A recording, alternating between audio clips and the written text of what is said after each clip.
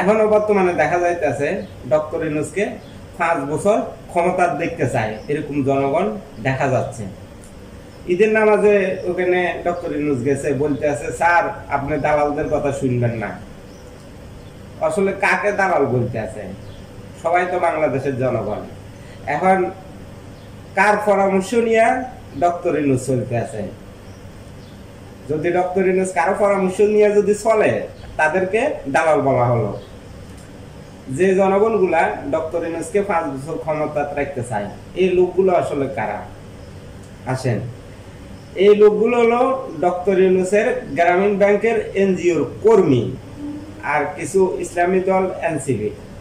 তারা চায় যে ডক্টর ইউনূসকে দীর্ঘমেয়াদী ক্ষমতা রাখার জন্য, তাদের ফায়দাটা হাসিল করার জন্য। মনে করেন যদি আরো 4-5 বছর পর নির্বাচন হয়, তাহলে অন্তপক্ষে তারা ক্ষমতা যাওয়ার সম্ভাবনা থাকে, নয়তো তারা কখনো ক্ষমতা যাওয়ার সেই স্বার্থটুকু গ্রহণ করতে পারবে না।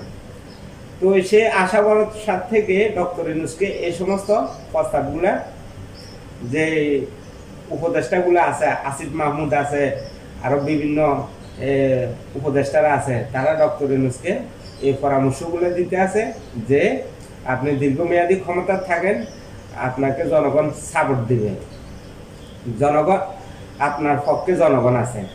তো এইগুলা ডক্টর ইউনূসকে বুঝানো হয়েছে, ক্ষমতার লোভটা দেখানো হয়েছে। তো ডক্টর ইউনূসও ক্ষমতার লোভে সাড়া দিয়েছে, এই কারণে বিভিন্ন তালবাহানা করেছে নির্বাচন নিয়ে। এখন আপাতত এপ্রিলে নির্বাচনের ডেটটা আপাতত ঘোষণা করা হয়েছে, এতটুকুই।